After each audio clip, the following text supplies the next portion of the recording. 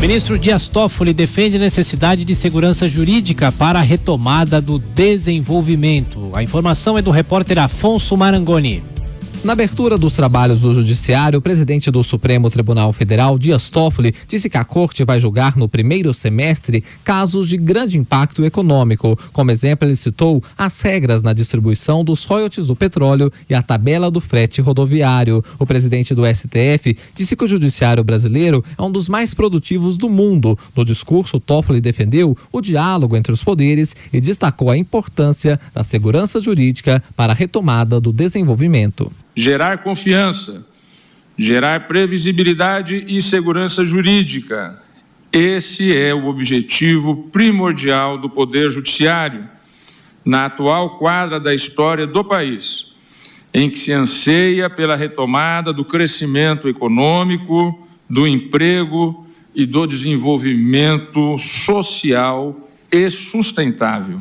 Na solenidade, o Procurador-Geral da República, Augusto Aras, disse que em 2020 o Ministério Público vai priorizar o combate à criminalidade. Queremos contribuir com resolutividade nas questões atinentes à segurança pública, assim também o destravamento da economia. Violência e criminalidade tanto ceifam vidas inocentes, como inviabilizam investimentos no país, atravancando o crescimento econômico e social. O vice-presidente da República, general Hamilton Mourão, representou o presidente Jair Bolsonaro e defendeu a continuidade das reformas. Passos relevantes foram dados, mas outros ainda virão. A aprovação das reformas administrativa e tributária é fundamental para a consolidação de um Estado democrático eficiente e justo na prestação dos serviços públicos. O presidente da Ordem dos Advogados do Brasil, Felipe Santa Cruz, fez um discurso favorável à Lei de Abuso de Autoridade, sancionada em setembro do ano passado. Inauguramos o ano judiciário com a vigência de importantes legislações aprovadas no Congresso Nacional. Cito em especial a Lei de Abuso de Autoridade. Certamente, a maior conquista da cidadania, não da advocacia, desde o Estatuto da Advocacia e do Código de Processo Civil.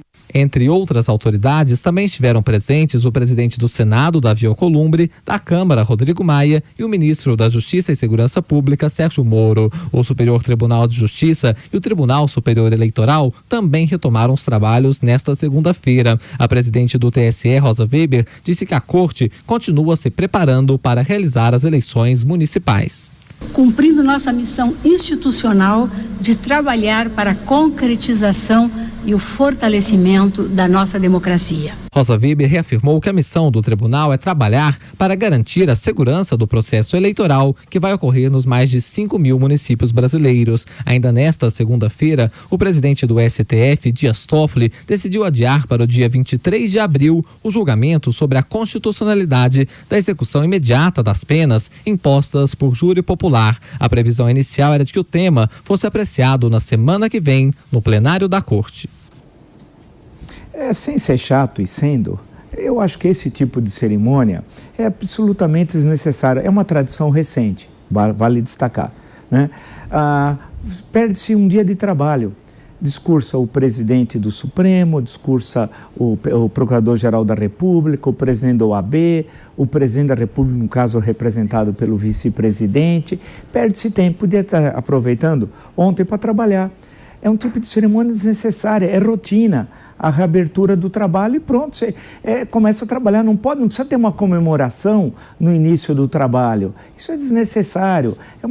Nós perdemos muito tempo com cerimônias absolutamente inúteis, né? Eu acho, com todo respeito ao Supremo Tribunal Federal, eu acho essa uma cerimônia absolutamente inútil. E fica discurso. Vocês percebam que os oradores, no caso o presidente Supremo, o Procurador-Geral da República, o presidente da OAB e o vice-presidente da República ficam discursando sobre questões políticas e tal, mas isso não é afeito àquela casa, ao Supremo Tribunal Federal, que é uma casa das leis, né? Que ele tem de julgar o que determina a Constituição.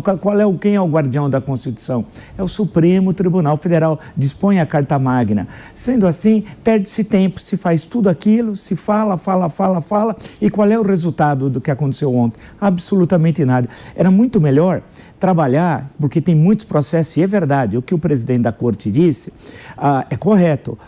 O Supremo julga, em média, se você ler os relatórios que estão disponibilizados na rede, no site do stf.jus.br, o relatório do presidente, em torno de 110 mil casos por ano. É um verdadeiro absurdo.